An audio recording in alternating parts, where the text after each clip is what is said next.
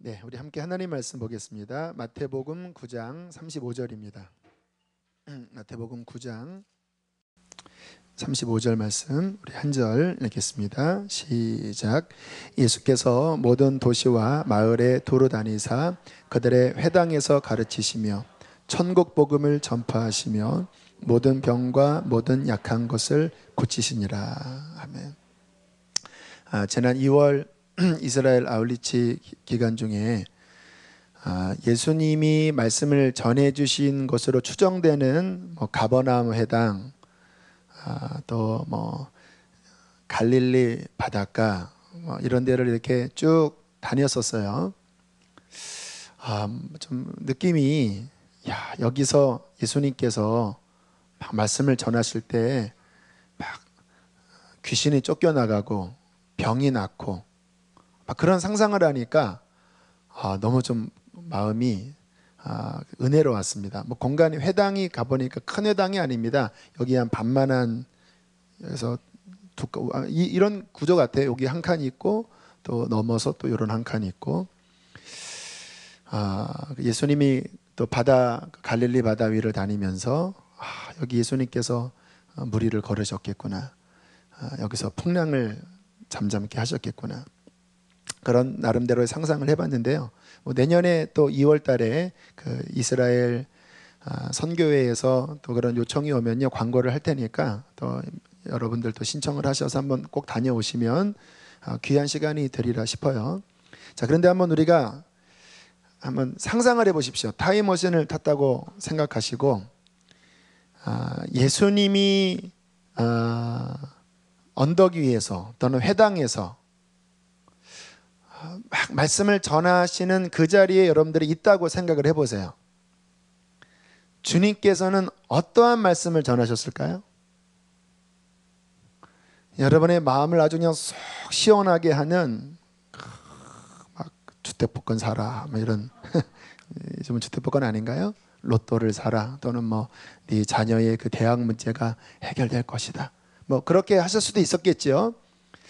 주님께서 주로 하셨던 말씀은 무엇이었을까? 물론 성경에 다 나와 있지만 우리가 한번 직접 생각을 해봤으면 좋겠어요. 자, 제가 한 장면을 연출해 드리겠습니다.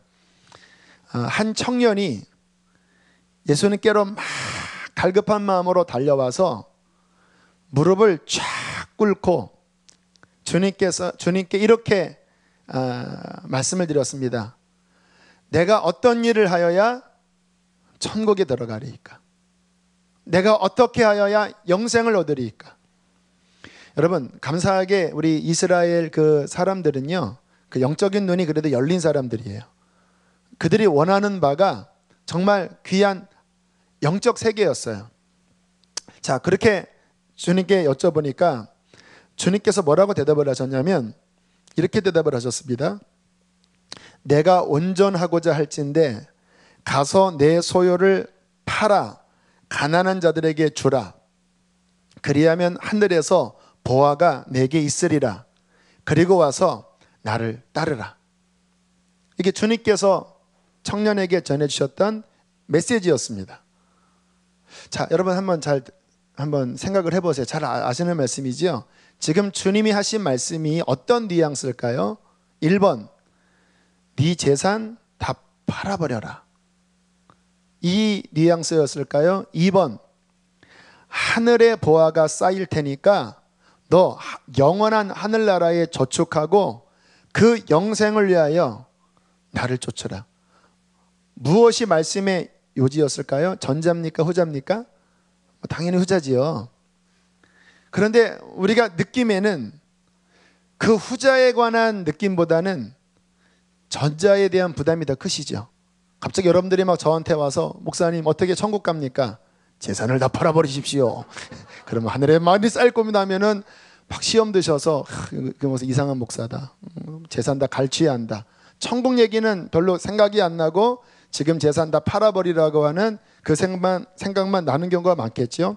저도 옛날에 그 말씀 묵상하면서 너무 주님께서 과한 요구를 하시는 게 아니냐, 우리 사람이 그래도 이 땅에서 살아야지 그렇게 너무 이렇게 과격하게 재산을 다 팔라고 이렇게 이야기하시나. 성경을 가만히 묵상해 보니까요, 그 논지가 앞에 있는 게 아니더라고요. 하늘에 엄청난 보화가 쌓인다. 그리고 너는 영생을 얻기 위하여 follow me, 나를 따라와라. 내가 길이요 진리요 생명인데 네가 물질 때문에 자꾸 걸려 넘어지니까 그거 딱 치워버리면 하늘나라에 쌓이고, 그리고 너는 나를 쫓으면 하늘에 보화가 있고 영생이 있을 것이다. 자, 이 사건 바로 이후에 베드로가 주님께 이렇게 질문을 합니다. 주님, 우리는 모든 것을 버리고 주님을 쫓았습니다. 그때 예수님께서 제자들에게 하셨던 말씀이 뭐냐면 이렇게 이야기를 하셨어요. 잘 들어보세요. 자, 잘했다. 그런데 너희가 나를 쫓으면 이 땅에서 박해를 받을 것이다. 그러나 현세에서 너희가 버린 것에 대하여 100배를 받을 것이다. 제가 지금 하는 말씀 아니에요. 성경 말씀 그대로예요. 버린 것에 대하여 100배를 받을 것이고, 또 결론이 뭐냐면 내세에 영생을 얻지 못할 자가 없을 것이다. 참 주님께서 오묘한 말씀을 하셔요. 우리가 주님을 따르면 주님께서 이 땅에서도 보상이 있다고 말씀을 하고 계십니다. 여러분, 저는 신앙생활을 하면서 제가 십자가를 강조하고 좁은 길을 강조하지만 제가 드리는 말씀이 주님의 십자가의 길을 따라가기 때문에 무조건 가난하게 되고 무조건 고생한다고, 저는 그런 주의 아닙니다. 제가 이렇게 가만히 역사를 보고 또 우리 교우들을 보니까 하나님을 정말 잘 따르면요, 고난도 있지만 이 땅에서 하나님이 갚으시는 풍성함도 있으시더라고요. 저는 그거 분명히 인정합니다. 얼마 전에 그런 이야기를 들었어요. 우리나라 초기 기독교의 대표적인 어떤 지도자, 길선주 목사님인가, 그분의 자녀들이 지금 미국에 사신다고 하는데 다들 너무 잘 사신다라는 거예요. 하나님께서 좀 전에 드린 말씀처럼 100배를 채워주셨나 봐요. 그런데 그렇게 살아가면서 이분들이 영적으로 좀 나태해졌던 것 같아요. 그런데 얼마 전에 그분들이 서로 모여서 각성을 했대요. 우리가 선조의 그 신앙의 유산으로 이렇게 하나님이 우리에게 많은 복을 주셨는데 그 복에 눈이 멀어서 땅의 복에 취해서 영적인 이러한 갈급함은 다 식어버리고 너무 나태해졌는데 이렇게 살다가는 주님 앞에 설 때 큰일 나겠다. 그 가족들이 모여서 굉장히 두려운 마음으로 그들의 안일한 삶을 뉘우쳤다라고 하는 이야기를 하더라고요. 여러분, 성경을 가만히 보면 하나님은 우리의 이 땅의 삶에 대하여 무시하시는 분이 아닙니다.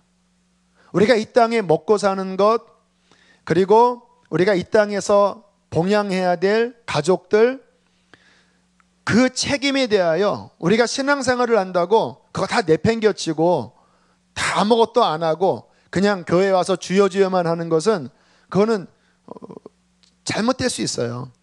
성경에 일하기 싫어하는 자는 뭐 하지도 말라고요? 먹지도 말게 하라라고 말씀을 했잖아요. 자, 그러나 우리가 잘 생각해야 될 게 뭐냐면 균형이 필요한데, 이 땅에서의 하나님의 어떠한 삶의 필요들, 또 해야 될 일들, 그런 것들을 무시하는 건 아니지만, 그러나 결국 예수님이 말씀하시려는 지향점은 이 세상이 아니라 하나님의 나라입니다. 그 부분을 보셔야 돼요. 이것도 버리는 건 아닙니다. 왜? 주님께서 분명히 100배를 이야기하셨기 때문에. 그런데 이게 내 삶의 목적이 돼버리고 하나님이 부수가 돼버리면, 그러면 이게 앞뒤가 꼬여버리는 거예요. 우리의 인생에 먼저 중요한 것은 하나님의 나라, 하나님 앞에 서는 그날, 나의 영원한 그 세상에서 어떻게 내가 설 것인가, 이것이 성경에서 주님께서 성경 당시에 사람들에게 말씀하시려는 요지셨습니다. 그러니까 우리가 설교를 주님 앞에서 듣는다면요, 항상 주님의 설교는 어디로 흘러가냐면 우리로 하여금 저 천국, 주님 앞에 서는 그날, 그 나라의 천국 복음에 대해서 주님께서 우리에게 말씀을 하신다라는 거예요. 한 교우로부터 참 은혜로운 간증을 들었습니다. 신혼 초에 참 대단한 믿음의 분들이세요. 이제 아내는 20대 중반도 안 되셨고 그런 아주 젊은 그 신혼이었는데 어떤 한 남자분이 그 셰프를 하시다가 쫓겨나가서 홈리스가 되신 거예요. 근데 그분을 본인의 집에 당분간 그러면 좀 살라고 들이신 거예요. 남자분을, 아내 신혼인데. 그리고 좀 얼마 있다가 또 어떤 분이 오갈 데가 없다고 아는 지인인데 또 그분도 집으로 들이신 거예요. 그런데 원래는 한 주나 두 주면은 나갈 줄 알았는데 장장 1년 반 가까이를 사셨대요. 신혼 때. 그런데 그 아내 되시는 분은요, 저거 참 무섭지도 않으시나? 그거 참 무서운 일이잖아요. 근데 그분을 앉혀놓고요, 성경을 쓰게 하고 그리고 함께 기도해서 방언도 터졌다라는 거예요. 외국분인데, 외국에서 있었던 일이에요. 뭐 그러한 1년 반에 그렇게 막 보면은 빨래가 막 쌓여 있고 그 남자 빨래 다 해야 되잖아요. 그래서 제가 집이 혹시 복층집입니까 물어봤더니 복층집이 아니라 한 30평대 작은 아파트에서 그냥 같이 살았다라는 거예요. 얼마나 귀한, 참 대단한 믿음의 분들이다. 아니나 다를까 그렇게 이제 1년 반쯤 지나서 그분들이 잘 돼서 나가시고 한 4, 5년 차쯤 됐을 때부터 하나님이 사업의 문을 열어주시는데요. 와, 정말 주님이 하신 말씀처럼 100배 뭐 엄청나게 열리더래요. 근데 문제는 뭐냐면 그렇게 사업의 문이 열려가면서 하나님과의 관계가 소홀하게 된 거예요. 기도를 점점 더 못하게 되고 점점 욕심과 야망은 더 커져가시고 그렇게 막 영적으로 혼란하게 될 때쯤 IMF가 터지셔서 결국 사업이 곤두박질하시고 긴 시간 연단을 받게 되었다. 그렇게 이야기를 하시더라고요. 그러면서 하시는 말씀이 이런 이야기를 하셨습니다. 이제는 정말 하나님 앞에 잘 서는 자가 되었으면 좋겠어요. 이게 딱 정리가 된 거예요. 긴 시간을 통해서 이제는 정말 이 땅이 목적이 아니라 하나님 나라가 목적이 되었습니다. 그 나라 하나님 앞에 섰을 때 내가 정말 주님을 제대로 알지 못했다면 그렇게 막 그런 복 중심으로 살아가다가 그렇게 하나님 앞에 섰다고 했으면 얼마나 내가 주님 앞에 꾸중을 들었을지 지금 생각해 보면 너무 두려워요. 그러면서 눈이 이렇게 뜨셨더라고요. 제가 들으려고 하는 그 하나님 나라, 그 나라에 설 때 제가 그 이야기를 듣고 그렇게 이야기를 해드렸어요. 하나님이 어쩌면 다시 한번 어떤 이 땅의 문을 여실 수도 있겠습니다. 왜냐하면 이게 이제 정리가 된 거잖아요. 뭐가 중요한지. 여러분, 이것이 하나님이 우리를 향한 그분의 깊은 마음이십니다. 주님은 우리가 맨날 연단당하고 맨날 정말 힘들게 살고 그것만 원하시는 게 아닙니다. 우리가 좁은 길을 들어간다고 해도 막 집도 없이 막 다니면서 목사님 하룻밤만 재워주십시오. 그리고 막 10,000원, 1,000원 막 꺼다니고 그건 영광은 안 되잖아요. 주님이 그렇게 그런 시간을 허락하시면 그렇게 살아야 되겠지만 그러나 우리가 정말 하나님 나라에 대한 눈을 먼저 떠서 먼저 그의 나라와 그의 의를 구하고 내가 지금 나의 삶이 하나님 앞에 서는 그날 주님 앞에 인정받을 수 있는 그러한 승리하는 삶을 산다면 주님께서는 우리의 삶을 진정으로 축복해 주실 것입니다. 만약에 우리가 먼저 하나님의 나라와 의에 대한 개념이 흐려지고 그리고 세상에 바빠서 하나님과의 관계가 약해진다면 여러분, 하나님이 그 사람을 그렇게 내버려 두는 게 사랑이시겠습니까? 아니면 연단이라도 주셔서 그 영원한 하나님 앞에 서는 그날을 준비시키시는 게 그 사람을 사랑하는 것이겠습니까? 왜 이렇게 대답을 안 하세요? 용기 있게 대답을 해보세요. 저는 그래서 어떤 경우는 우리 교우들이 그런 면에 연단 받았으면 좋겠어요. 그런 연단 없어서 주님 앞에 서는 그날 미끄러지는 자가 되는 것보다 조금 고생하실저라도 정말 하늘나라의 눈을 뜨는 그러한 우리 교우들 저는 되기를 축복합니다. 축복합니다. 그렇게 망할 분은 망할지어다. 히브리서 12장 10절 11절 잘 들어보세요. 하나님은 우리의 유익을 위하여 그의 거룩하심에 참여하게 하시느니라. 무릇 징계가 당시에는 즐거워 보이지 않고 슬퍼 보이나 후에 그로 말미암아 연단을 받은 자들은 의와 평강의 열매를 맺느니라. 징계를 통하여 어디로 간다고요? 거룩함으로 간다는 거예요. 따라해 볼까요? 징계를 통하여 거룩함으로 간다. 거룩은 뭡니까? 현찰은 아니에요. 그러나 영원한 나라의 준비입니다. 하나님 나라의 준비예요. 평안하다가 거룩지 않는 게 나을까요? 징계받고 거룩한 게 나을까요? 할렐루야. 맞아요. 징계받고 거룩한 게 나아요. 뭐 그렇다고 하나님이 우리를 막 징계하진 않아요. 저기 순회 선교단 그분들은요, 얼마 전에 얘기를 들어보니까 그 연말에 기도 제목이 뭔지 아십니까?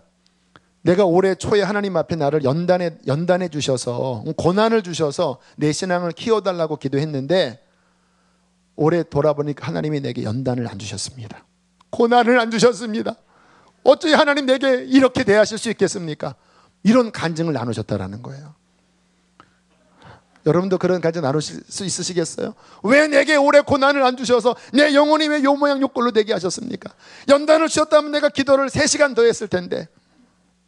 그 이야기를 듣고 어떤 사모님이 너무 놀래서 충격을 받으셨다라는 거예요. 여러분, 하나님이 기도에 제각자가 응답하시는 분이라면 주님, 내 영적 성장을 위해서 연단을 주십시오. 요거 봐라, 요거 잘 걸렸다 하면서 막 그냥 불에 들어가고 물에 들어가고 막 온몸 막 이렇게 하실 텐데, 그렇게 안 하시는 거 뭐냐면 우리 하나님이 그 마음 자체가 이쁘시잖아요. 정말 영의 눈이 떠서 하나님, 내가 지금 연단이 있고 고난이 있지만 이로 말미암아 하나님 나라에 대한 눈을 더 뜨게 된다면 하나님, 저는 감사합니다. 나를 더 거룩하게 준비시켜 주십시오. 우리 주님께서 말씀하셨던 요지는요, 지금 제가 드린 이 요지입니다. 어떤 사람들이 와서 유산 싸움 하느라고 형한테 내 유산 돌려달라고 해주십시오 했더니 주님이 막 책망하시잖아요. 내가 니네 재산 나누는 자냐? 소유에 넉넉한 게 그 생명이 있는 게 아니야 하면서 막 주님께서 책망하시잖아요. 또 마태복음 13장 44절에 보면 잘 아시는 말씀이죠. 천국은, 주님이 하신 말씀이에요, 마치 밭에 감추인 뭐와 같으니 사람이 이를 발견한 후에 두고 어떻게 해요? 기뻐하며 돌아가서 뭐를 팔아요? 자기의 재산 소유를 다 팔아 뭐예요? 그 밭을. 주님이 하신 말씀이 다 이런 이야기예요. 또 천국은 마치 좋은 진주를 구하는 장사와 같으니 극히 값진 진주 천국을 발견함에 가서 뭐를 팔아요? 자기의 소유를 다 팔아 그 진주를 사느니라. 주님이, 여러분이 예수님의 그 강단 앞에 앉아 있다면요, 주로 주님이 하시는 이야기는요, 이런 이야기세요. 땅의 것에 대한 이야기가 아니라 그런 보너스로 가끔 끼워주셨습니다.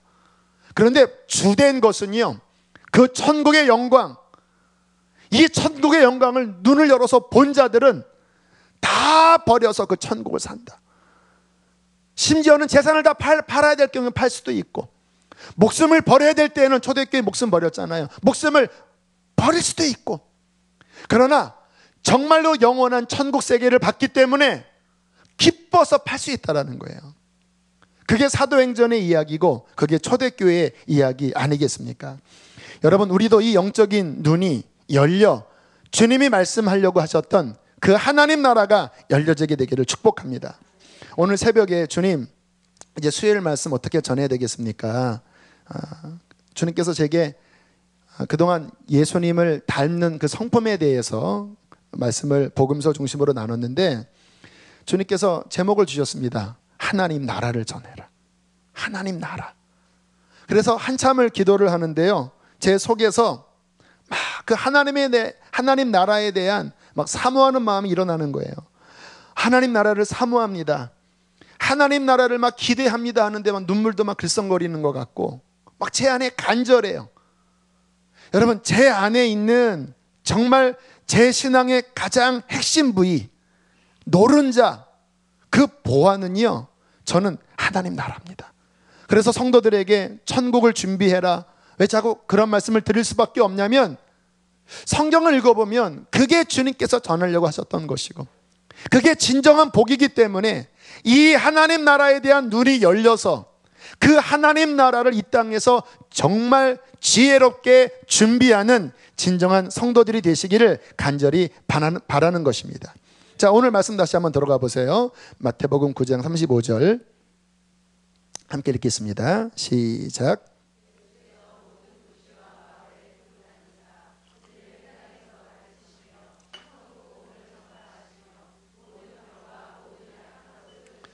자, 여기도 오묘한데요. 주님께서 가르치시면서 뭐를 전하셨다고요?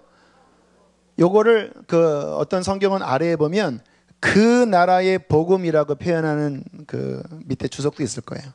천국 복음이 다른 번역으로 그 나라의 복음. 그 나라가 어느 나라입니까? 하나님 나라의 선포, 그 하나님 나라의 가치관, 그 하나님 나라가 어떻게 이루어질 것이며 그 하나님 나라를 우리가 어떻게 준비할지 그 나라의 복음을 주님께서 전파하셨다라는 거예요. 그런데 여기 보면요, 그렇게 하나님 나라의 복음을 전파하실 때 또 무슨 일을 함께 아울러서 행하셨습니까? 모든 그렇죠. 여러분, 이게 오묘한 겁니다. 먼저는 하나님의 나라인데요, 사람에게 하나님의 나라가 회복되면요, 우리의 육신의 삶도 하나님이 아울러서 보너스로 회복시켜 주십니다. 이게 비밀이에요. 아까 말씀드렸죠.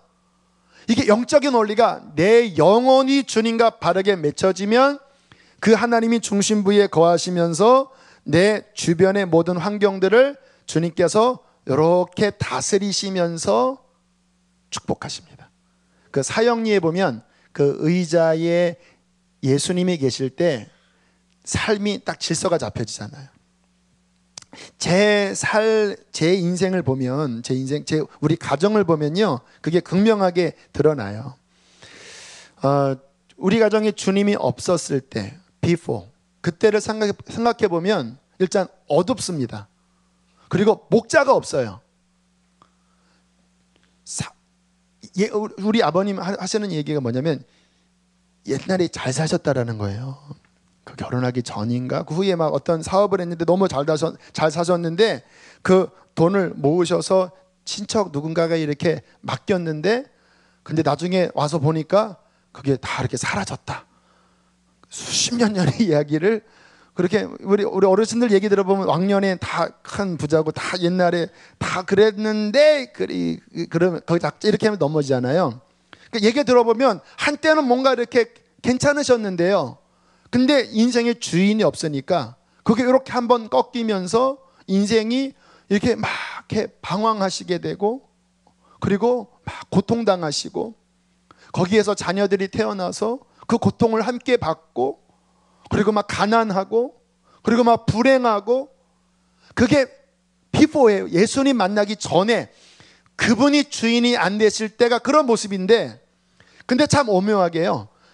주님께서 우리 가정에 딱 들어오시는 순간부터 제 안에 들어오고 저희 누님 안에 들어오고 저희 어머님 안에 들어오고 마지막에 저희 아버님 안에 들어오고 그 애프터를 보면요, 이게 바뀌어요.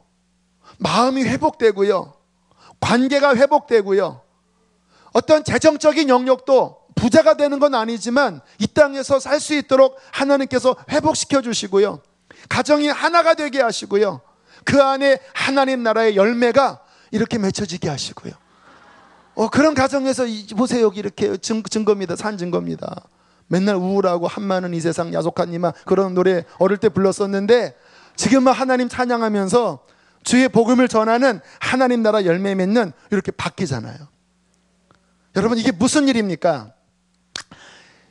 우리가 주님을 받아들여서 하나님이 아버지가 되시고 예수님이 주인이 되시고 성령이 우리 안에 들어오시게 되면 하나님의 나라가 우리 안에 시작되는 것입니다.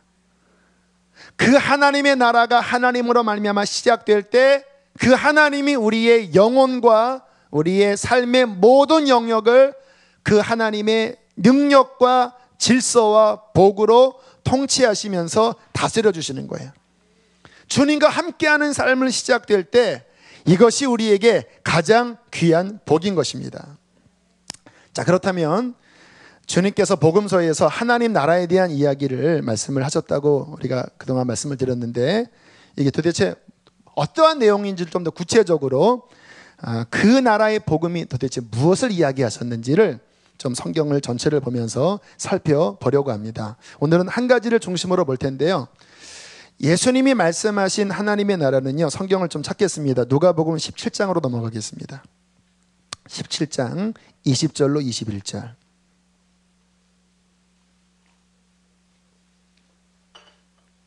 누가복음 17장 20절로 21절 함께 읽겠습니다. 시작.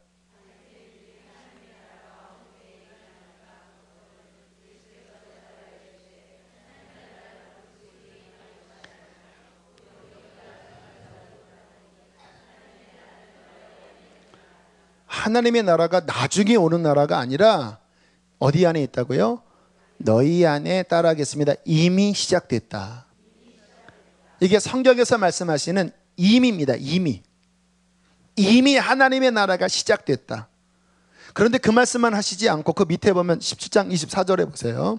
24절 함께 읽겠습니다. 시작.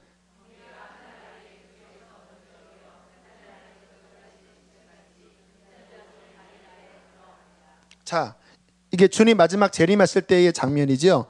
번개가 하늘 끝편에서 저 끝편까지 번쩍임 같이 예수님께서 이 땅에 그렇게 구름을 타고 모든 사람들이 볼 수 있는 전능자, 심판주, 재림주로 이 땅에 오시면서 하나님의 나라는 이 땅에 도래합니다. 그때 무슨 일이 벌어지냐면 이사야 11장 9절에 보면 내 거룩한 산 모든 곳에서 해됨도 없고 상함도 없을 것이니 이는 물이 바다를 덮음같이 여호와를 아는 지식이 세상에 충만할 것임이니라. 온 세상에 모두가 다 하나님을 아는 거예요. 그 하나님의 영광을 보는 거예요. 우리 육신의 눈으로 주님을 볼 수 있습니다. 그분이 통치하시는 완전한 하나님의 나라가 나중에 올 것입니다. 그게 내일일 수도 있어요. 주님의 재림의 때지요. 그런데 그 주님의 재림의 때 이전에, 지금 이 시대에 예수님이 이 땅에 오신 주님 재림하기 전까지 요 시기는 어떠한 시기냐면요, 눈에 보이게 온 세상에 주님의 나라가 임하진 않았지만 각 사람 마음 안에 하나님의 나라가 임하고 계신 것입니다. 오늘은 이 부분을 좀 중심으로 살펴볼 텐데요, 제가 중요한 말씀을 드릴게요. 잘 들어보세요. 지금 이미 내 안에 들어오신 하나님의 나라가 앞으로 완성되어 올 하나님 나라를 드러내준다. 무슨 말인지 이해되시죠? 다시 한번 따라해 볼까요? 지금 이미 내 안에 들어온 하나님의 나라가 앞으로 완성되어 올 하나님의 나라를 드러내준다. 이게 떨어지지 않아요. 주님 언젠간 오시겠죠. 그때가 되면 다 모든 것들이 좋아지겠죠. 물론 좋아질 겁니다. 그런데 지금 내 안에 임하신 하나님의 나라의 현장이 있는 자가 그 나라의 주님의 나라를 유업으로 받을 것입니다. 그러니까 지금 보셔야 돼요. 지금 내 안에 하나님의 나라가 정말로 건설되고 있는지 확인하셔야 돼요. 제가 주님을 모시고 살아오면서 주님이 제게 행하셨던 일은 뭐냐면요, 제 마음 안에 하나님의 나라가 온전히 세워지게 하는 그 일이었습니다. 다른 말로 표현하면 제 안에 주님이 거하실 성전을 세우시는 일이었어요. 학창시절 때 생각을 해보면요, 좀 헷갈립니다. 솔직히 예수님을 믿긴 믿었지만 문제는 주인이 아니었어요. 분명히 목사 되기로 서원을 했습니다. 그리고 막 뜨거울 때는 막 순교하고 싶다고 하나님 앞에 막 서원도 했어요. 그래서 지금 가끔 그 서원을 지키려고 너 북한에 가라 이런 가끔 막 생각도 들어요. 북한에 가라, 너 그 서원했지.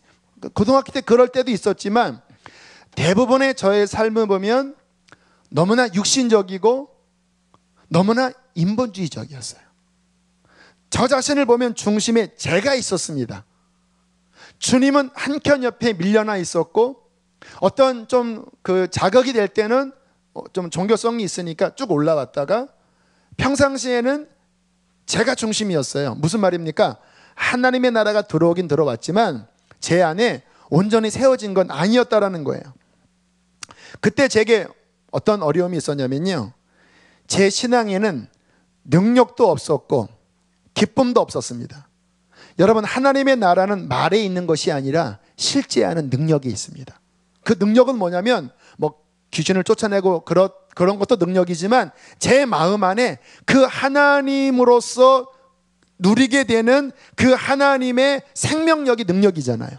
그 생명력으로 고난도 이기고 그 생명력으로 이 땅에 감당할 일들을 감당해 나가는 거잖아요. 근데 제 안에 그 하나님의 생명력이 너무나 약한 거예요.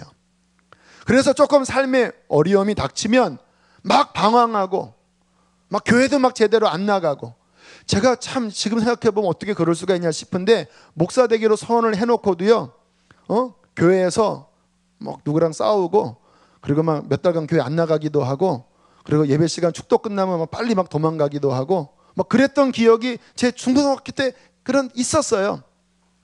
그러니까 제 영이 강하지가 않는 거예요. 또 하나 문제는 로마서에 보면 하나님의 나라는 성령 안에서, 따라합시다, 의와 평강과 희락이라.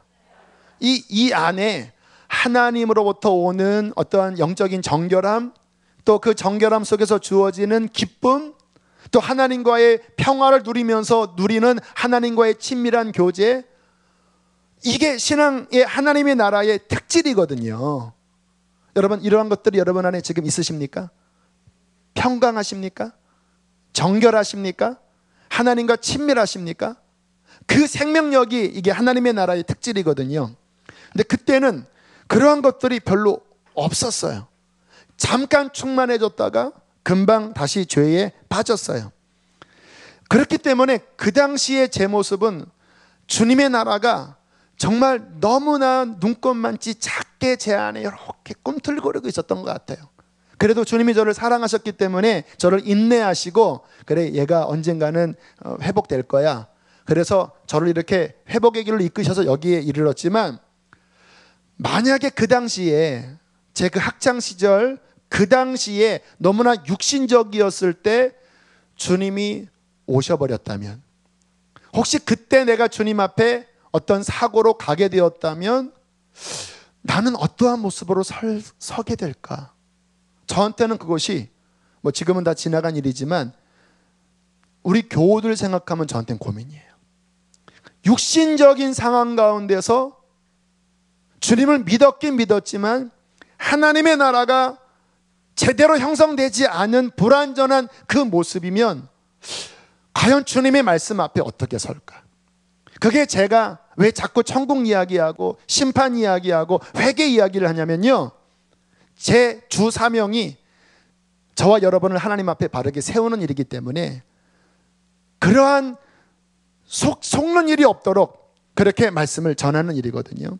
자, 그러다가 제 삶에 예수님이 진정 주인이 되기 시작했어요. 그때가 20살 때였는데, 그때 핵심은 뭐냐면요, 따라하겠습니다. 예수님의 통치권에 순종하는 자가 되는 것이다. 이게 핵심이었습니다.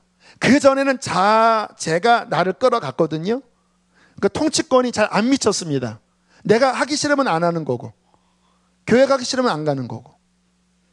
그런데 20대 이후에는 물론 넘어진 적도 많았지만 주된 나의 신앙의 어떠한 방향은 주님의 통치권에 부족하지만 완벽하진 않지만 그 나이의 수준에 맞게끔 순종하며 그렇게 살아가기 시작했어요. 굉장히 치열한 싸움이었습니다. 물론 지금까지 치열하게 싸우고 있어요.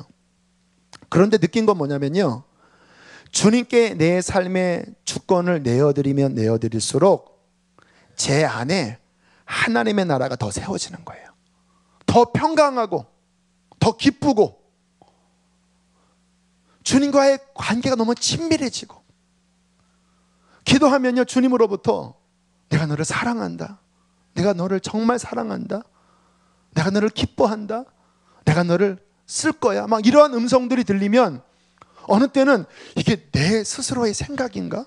왜 너무 하나님의 어떠한 그 음성들이 너무 막 좋은 음성들을 많이 들려주세요. 물론 책망도 가끔 하시지만, 근데 어느 때는 막 어떻게 내 생각인가 할 정도로 막 들려주시는데, 저만 그런 줄 알았더니 다른 분들도 주님과 친밀할 때 보면요, 다 너 사랑한다, 너 내가 귀하게 쓸 거다, 다 그렇게 말씀하시더라고요, 주님이. 여러분, 예쁘면 큰아들한테도 너 예쁘다, 둘째한테도 너 이쁘다, 셋째 너 이쁘다. 자기는 자기만 들은 줄 알지만 다 그렇게 얘기하잖아요, 이렇게 이쁠 때는. 그러니까 주님과 친밀할 때는요, 이게 너무 막 좋은데 제 삶의 주권을 내어드리면 내어드릴수록 이게 더 깊어지는 거예요. 그게 무슨 현상입니까? 하나님의 나라가, 주님의 통치하심이 제 삶의 전 영역에 미치게 된다는 것입니다. 그러다가요, 막 충만해서 막 기쁘고 막 평강이 넘치고요, 그 삶을 살 때면요, 이게 원래 나의 원래 이러한 편안했다고 내가 착각을 해요. 옛날에 그 우울했던 삶을 까먹어버려요. 그러다가 어느 순간에 죄를 짓고 이 평강이 깨져버리잖아요. 그러면 왜 이런 경험 안 해보면, 내가 원래 그냥 힘들게만 살았으면 그냥 힘든 게 자연스럽지만 그 주님의 이 천국의 맛을 본 다음에 다시 옛날로 돌아가면 비교가 되잖아요. 그러니까 너무 괴로운 거예요. 이게 깨져버리면, 하나님의 나라의 통치가 깨져버리면요, 못 살겠더라고요, 저는. 그래서 회개합니다. 제가 기독교 서적을 읽어보면 많은 주님의 사람들이요, 그래서 회개하더라고요. 막 주님과의 깊은 동행할 때 깊이 들어가다가 어떤 죄 때문에 딱 깨진 다음에 그전 같으면 이렇게 살 텐데 이제는 그렇게 못 사는 거예요. 왜? 이 맛을 알았는데, 천국의 맛을 알았는데 이 천국의 맛을 등져버리고 어떻게 다시 그 육신의 우울하고 그 맛없는 그 모래 씹는 듯한 삶을 어떻게 살 수 있겠습니까? 그래서 그분들의 회개를 보면, 하나님, 나는 이렇게 못 삽니다. 내가 회개하면서 대가 지불을 할지라도 저는 주님의 이 천국을 회복하며 살겠습니다. 바로 이 맛이 하나님께서 성도들을 그 나라로 더 깊이 이끄시는 하나님의 사랑의 믿기는 아니고 하나님의 사랑의 이 뭡니까 이거? 너무 좀 부정적인가? 이게 바늘, 당근, 그런 거예요. 주님의 그 영원한 맛을 보게 하시고 그 깊은 천국을 누리신 다음에, 이게 없으면요, 이 깊은 맛을 본 사람일수록 천하 뭔가를 갖다 줘도요, 그때만 잠깐 좋지요, 싫어요. 여러분들 그러십니까? 그런 마음을 갖고 계신 분은 정말로 축복된 분이라고 믿습니다. 그렇게 다시 회개하면 하나님의 나라가 회복이 되고, 그러면서 이제 주님 앞에 점점 세워져 나가게 되는 건데요, 아무튼 중요한 것은 뭐냐면, 따라하겠습니다. 지금 내 안에 하나님의 나라가 얼마나 세워져 있는가가 중요하다. 왜? 지금 내 안에 하나님의 나라가 얼마나 세워졌느냐가 주님 앞에 서는 그날을 결정하는 거예요. 아주 중요합니다. 지금 하나님의 나라가 내 안에 무너져 있는데 어떻게 주님 앞에 서요? 지금 주님이나 그때 주님이나 똑같은 주님인데, 지금 내 안에 하나님의 나라가 얼마나 충만하느냐가, 물론 천국의 인간적인 플로레타리아, 부르주아 그런 개념으로 저는 바라보지는 않지만, 주님 앞에 설 때 사도 바울이 누릴 영광과 십자가 옆에 강도가 누릴 영광은 저는 반드시 다르다고 믿습니다. 당연하죠. 주님은 사랑이시면서도 의로우신 분이세요. 이 땅에서 얼마나 하나님의 나라가 충만한가, 우리의 신앙생활에 너무나 핵심이고 주님께서 그렇게 강조하셨던 말씀인 것입니다. 자, 우리 안에 하나님의 나라가 어떻게 온전히 세워질지 우리가 오늘 마지막으로 좀 살펴봤으면 좋겠는데요. 자, 핵심은 뭐냐면요, 하나님의 나라가 우리 안에 세워지는 그 키는 뭐냐면 하나님의 말씀입니다. 이 개념을 명확하게 아셔야 우리들이 성경을 매일 읽고 또 삶에 붙잡는 훈련이 들어갈 수가 있어요. 어떤 분이 그러시더라고요. 본인은 그렇게 기도하면서 음성도 들으려고 하고 또 여러 하나님의 은혜를 체험했지만 너무 성경을 그동안 안 읽었다라는 거예요. 그리고 이 교회에 와서 어떤 말씀에 대한 도전을 받고 정신을 차리고 그 다음부터 성경을 깊이 통독하시면서 영적으로 굉장히 세계가 열리셨다고 이야기를 해요. 제가 이 부분에 대해서 물론 우리 교우들 가운데 하나님의 말씀에 대한 어떤 열정이 있는 분들도 많이 계시지만 아직 제가 경건노트 강조하면서 왜 매일 말씀을 몇 절이라도 왜 붙잡아야 되는지에 대한 그 강조를 막 하고 있는데 동기부여가 되시는 분도 있고 왜 귀찮게 뭔가를 또 이렇게 시키냐 이런 생각을 하시는 분들도 좀 계시는 것 같아요. 자, 오늘 그 이유를 다시 한번 명확하게 말씀을 드릴게요. 자, 생각해 보세요. 자, 하나님의 나라는 어떻게 임하냐면요, 하나님의 통치가 미치면, 하나님의 통치의 영역이 받아들여지면 그곳이 하나님의 다스리시는 나라가 됩니다. 그런데 하나님의 통치가 어떻게 미쳐요? 말씀으로 미치는 것입니다. 하나님께서 말씀하신 그 말씀을 내가 받아들이고 순종하면 그 순종한 영역에 하나님의 통치가 미칩니다. 저와 여러분과의 관계, 여러분과 자녀와의 관계, 여러분 직장생활 하시나요? 그 직장의 상사와 부하, 여러분의 상사와 그 밑에와의 모든 관계는 다 뭘로 이루어지는지 아십니까? 말로 이루어집니다. 위에서 뭔가 이번에 이 프로젝트가 있습니다 하세요. 말이에요. 네, 알겠습니다, 그거 하겠습니다라고 그 통치를 받아들일 때 그 회사원이 되는 거예요. 내 자녀가 얘야 오늘은 너 이거 공부해라, 너 이번에 이것 좀 뭐 해라, 너 이 아이랑 결혼하면 안 된다, 그렇게 이야기할 때 그 말이 받아들여지면 부모의 어떠한 영적 권위의 통치권이 미치면서 관계가 형성되는 거잖아요. 그런데 회사에서 나 그거 안 해요, 그 말을 딱 거부한 순간 통치권이 안 미쳐버립니다. 그러면 끊어지는 거예요. 여러분, 인간과의 관계도 이러하거늘 하나님과의 우리의 관계의 그 말씀의 역할은요, 여러분, 이게 보통이 아닙니다. 그 말씀으로 하나님께서 천지를 지으셨습니다. 그 말씀으로 우리가 이 자리에 있다라니까요. 온 천하 만물이 지금 하나님의 말씀에 붙잡혀서 운행되어져 가고 있습니다. 천지 만물은 말씀에 순종하고 있어요. 그런데 말씀으로 피조된 우리들이 내 자유의지를 가지고 그 말씀을 거부하든지 아니면 말씀에 귀를 기울이지 않고 내 소견에 옳은 대로 살아가 버리면 주님의 통치가 멈춰버리는 거고요, 내가 온 마음을 다하여 주의 말씀을 붙잡고 그 말씀을 내 마음에 새기고 그 말씀을 받아들이면 주의 통치가 미치면서 하나님의 나라가 우리 안에 확장되고 세워져 가는 것입니다. 우리 수지선한 목자교회가 주님의 교회라면 이 교회는 하나님의 말씀의 다스림을 받으려고 몸부림치는 교회여야 합니다. 그때 주님께서 이곳에 임하시는 거예요. 여러분, 요셉이 가는 곳마다 주님과 동행했다고 그랬잖아요. 왜 그랬는지 아십니까? 요셉이 그 감옥 안에서 어디에 서든지 주님의 말씀의 통치를 계속 받고 있으니까 동행하신 거예요. 그때 은혜가 임합니다. 이 교회가 진짜 교회가 되려면 하나님의 통치를 받아들이는 교회가 되어야 되는 거예요. 이 교회가 정말 주님의 교회라면 말씀의 교회가 되어져야 합니다. 성도들이 말씀을 마음에 새기고 그 말씀을 삶의 뿌리를 내리고 그때 이 교회 안에 성령이 운행하십니다. 저는 우리 교회가 그런 교회임을 감사합니다. 주일날 이곳에서 간증하는 남성분들을 보면요, 제가 뒤에서 되게 감격합니다. 남자들은 잘 안 울거든요. 근데 거의 대부분 이 앞에 서는 남자분들이 울어요. 근데 원래 잘 우는 분들이 아니신 것 같은데 울어요.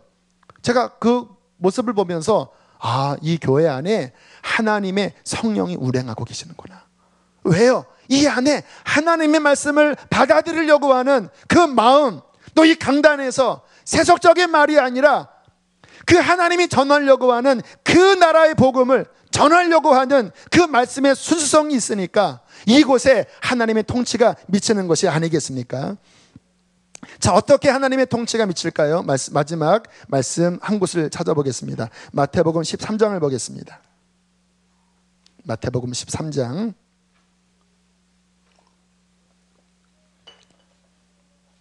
자, 마태복음 13장이 그 천국복음장입니다. 주님께서 천국복음을 쭉 말씀을 하셨는데 그 가운데 가장 중요한 말씀 가운데 하나가 제가 여러 번 말씀드린 씨 뿌리는 자의 비유입니다. 자, 이 안에 말씀과 천국이 어떻게 연관되는지를 보여주고 있습니다. 18절 19절 두 절을 읽겠습니다. 시작.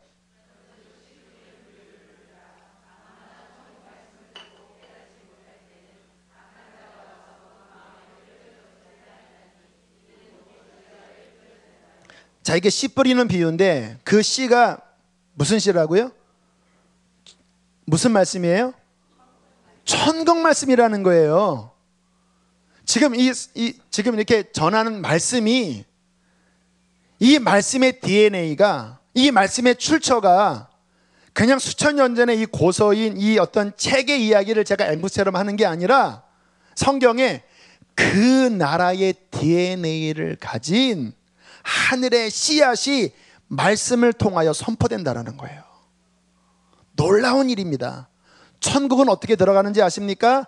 말씀을 그 마음에 받아들일 때 그 마음에 뿌려진 말씀이 여러분을 거듭나게 하는 것입니다. 천국에 들어가는 시작이 그 나라의 복음을 받아들이는 데서 시작된다는 거예요. 그러나 여기 길가밭은 그 나라의 복음의 DNA 씨앗이 안에 들어왔는데 그 마음이 딱딱해서 안 받아들이고 말씀을 거절하니까 마귀가 와서 딱 빼앗아서 천국까지 못하게 만든다라고 말씀을 하고 있잖아요. 자, 20절 21절 읽겠습니다.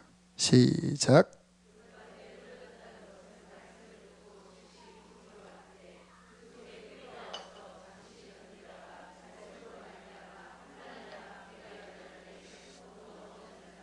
저는 이 씨 뿌리는 비유를 구원론에 있어서 굉장히 중요히 여깁니다. 왜냐하면 제가 전에 어떤 목사님과 언쟁을 한 게 있어요. 어떤 언쟁이었냐면 한 번 믿으면 무조건 끝까지 갑니다. 한 번 구원은 영원하다라는 이야기거든요. 저희 교제, 세가족 교제에도 그런 부분이 있는데 저는 반대예요. 왜냐하면 성경에 보면 받아들였습니다.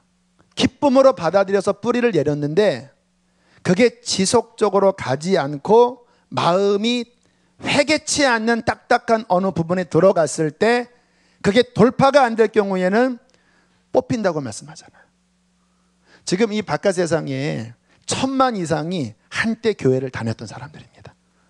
그 가운데 또 엄청난 사람들이 한때 은혜를 받았던 사람들이에요. 그냥 썬데이 크리스찬으로 왔다 갔다 한 게 아니라 한때 방언도 했던 사람입니다. 그런데 그 말씀이 온전히 뿌리를 못 내리는 거예요.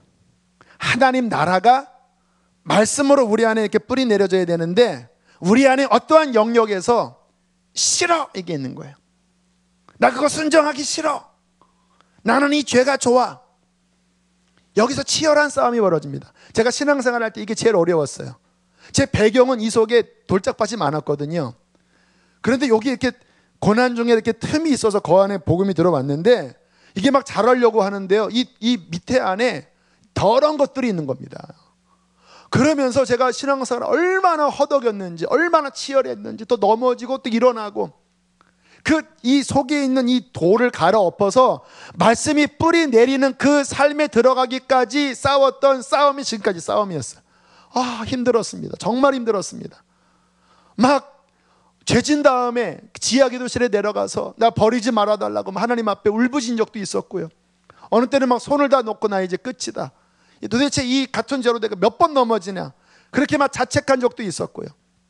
감사한 거는 비록 넘어진 적도 있었지만 넘어진 것으로 끝나지 않고 다시 믿음으로 일어나서 그 마음을 회개로 갈아엎고 그 하나님의 말씀이 내 인생에 뿌리 내려져서 그 말씀이 결실하도록 그래도 포기치 않고 앞으로 왔기 때문에 그래도 이 자리에 서 있다고 믿습니다. 사랑하는 교회 여러분, 주님의 나라의 통치가 누구에게 임하는지 아십니까? 누구에게 임하지 않는지 아십니까? 왜 교회를 오래 다니지만 왜 나는 여전히 내 안에 하나님 나라 열매가 맺혀지지 않을까? 왜 내게는 이러한 하나님의 열매가 풍성할까? 우리 안에 하나님의 그 말씀을 얼마나 적극적으로 깊이 내 삶에 뿌리 내리게 하는가. 이게 하나님의 나라가 우리 안에 세워지는 핵심 키워드입니다. 22절 읽겠습니다. 22절 함께 읽겠습니다. 시작.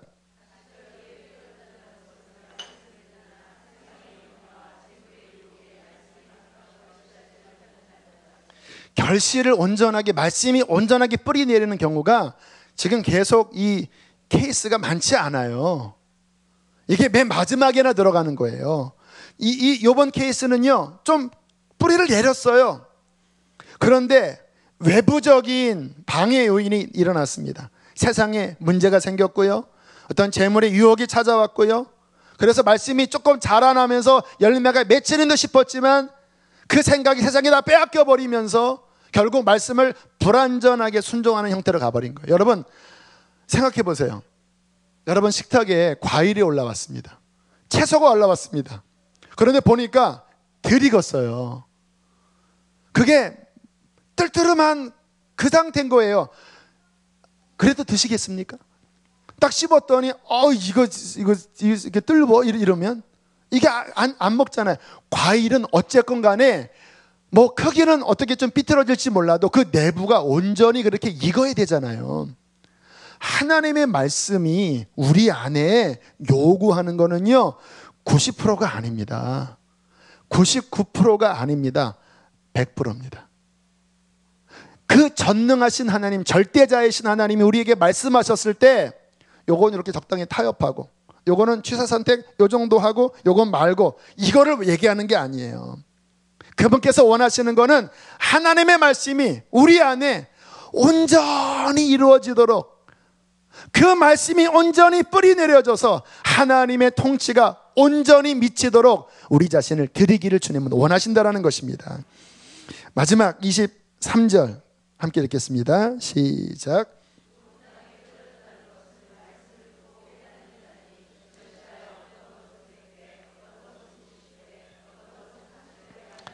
할렐루야. 어떤 땅입니까?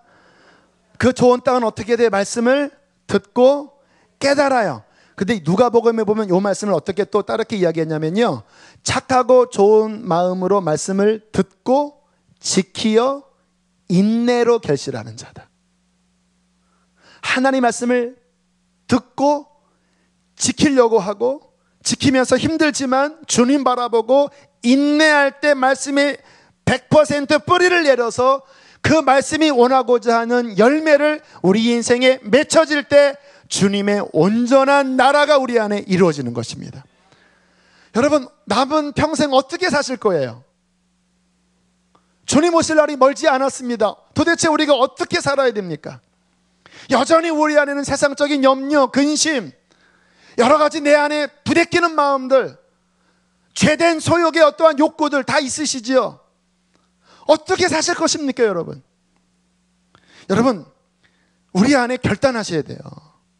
우리가 정말로 가치 있게 사는 길은 하나입니다. 이 하나님의 말씀이 내 안에 들어와서 내 안에 굳은 마음 돌짝바짝 가로엎고, 거시덤불 그런 것들 다 뽑아버리고 한 말씀이라도 내 안에 온전히 뿌리 내리는, 따라합시다. 주 예수를 믿으라. 그리하면 너 안에 집의 구원을 얻으리라. 이 한 말씀이라도 이루어지게 하십시오. 주 예수를 믿으세요. 이 안에 모든 게 다 들어있습니다. 예수님이 주인 되게 하시라는 거예요. 어떤 일을 하려고 할 때 이게 주님이 주인 된 것입니까? 이게 주님이 주인 된 것입니까? 이게 주님이 기뻐하시는 것입니까? 주님이 기뻐하지 않는 거라면 주님, 저는 종입니다. 주님, 굴복합니다. 물론 그래도 넘어지죠. 다시 회개하고, 이게 주님이십니까? 이게 주님이십니까? 이게 주님이십니까? 주 예수를 믿으면 너와 내 집이 구원 얻을 것입니다. 왜 이게 잘 안 되는지 아십니까? 구원이 주님이 주인이 아닌 거예요. 그 말씀 한 절조차도 뿌리를 못 내리는 거예요. 저는 우리 교회 안에 주님께서 계속해서 도전하시는 것이 제 마음속에 교우들이 하나님의 말씀을 붙잡고 씨름하고 순종하는 그 노력을 하는 교우들로 세워라. 지난달에 권엽 선교사님 말씀을 좀 나눴죠. 제가 권엽 선교사님에 대한 이야기를 젊은이교회 전사님 통해 들었어요.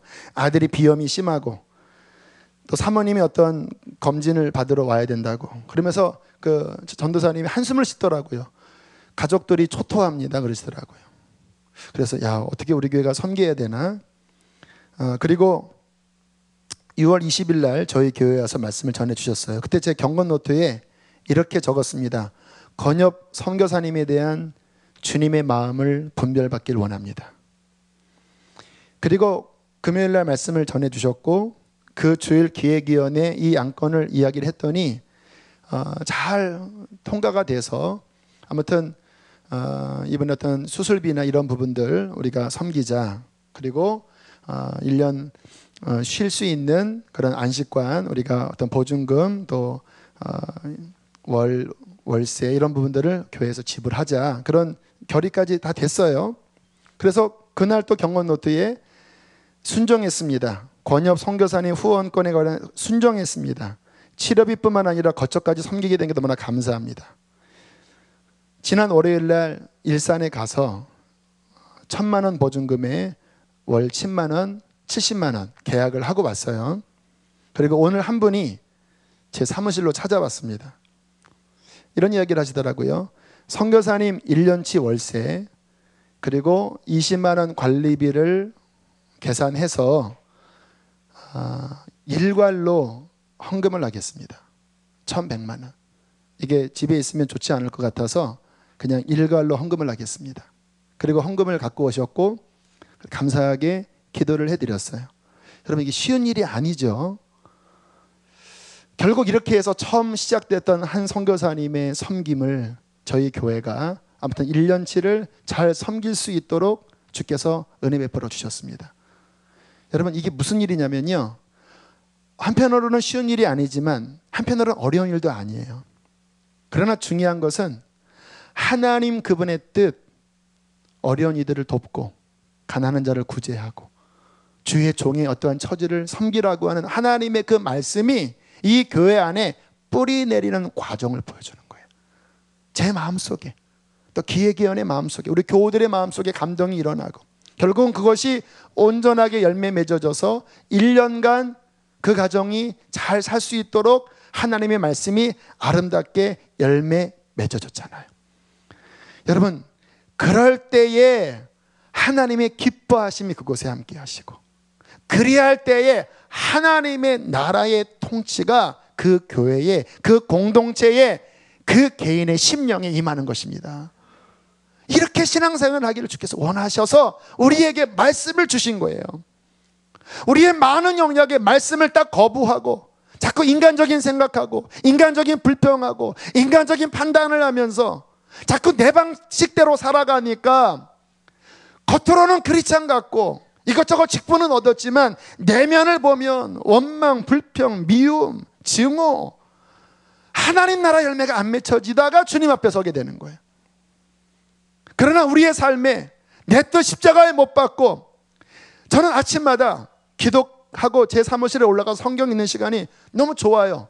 그전에는 제가 오전 시간에는 어느 날은 좀 쉬기도 하고 막 이랬는데 지금은 이게 잘 체질에 잡혀서 그 오전 시간에 기도하고 성경 읽고 그 가운데 감동 주시는 말씀을 적고 그 가운데 하루에 순종할 게 많지 않아요. 하나나 두 가지나 그러나 적은 다음에 주님 도와주세요. 이거 지킬 수 있도록 도와주세요. 어느 때는 지키기도 하고 못 지키기도 하지만 다시 점검해서 또 기도하고 하면서 말씀의 영역이 내 삶에 점점 뿌리 내려지고 말씀이 아닌 것은 끊어내려고 하다 보니까요, 제가 전사님들한테 이야기했어요. 요즘 제 영혼이 더 맑아지고 더 풍성해지는 것 같아요. 기도하면 주님이 막 뭔가 이렇게 말씀하시는 음성이 어느 때는 막 부담스러워요. 왜 이렇게 말씀하시나?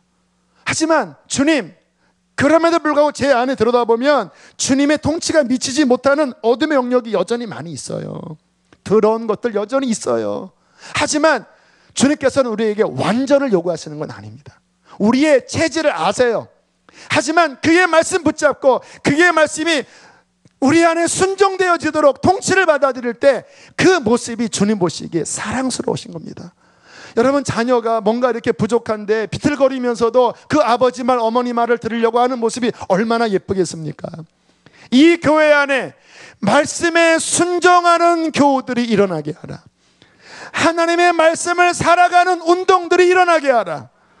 그냥 생각 따로 말씀 따로 이게 아니라 정확히 주님 나라 서는 그날까지 그 말씀 붙잡고 씨름하고 그 말씀을 살아내려고 할 때 60배, 100배, 1000배의 결실이 여러분의 인생에 하나님의 베스트의 계획이 이루어지게 될 것입니다. 우리 그렇게 달려갑시다. 그렇게 결단합시다. 주께서 이 교회 안에 하나님의 일을 이루실 것입니다. 함께 시간 찬양하고 기도하겠습니다. 내가 주인 삼은 모든 것 내려놓고 주님, 내 안에 주님이 주인 되지 못한, 주님의 통치가 미치지 못하게 하는 모든 걸리는 것들 돌짝바짝 갈아 엎어주시고 하나님 아버지 주님의 통치가 온전히 미치게 해달라고 이 찬양하고 기도합니다.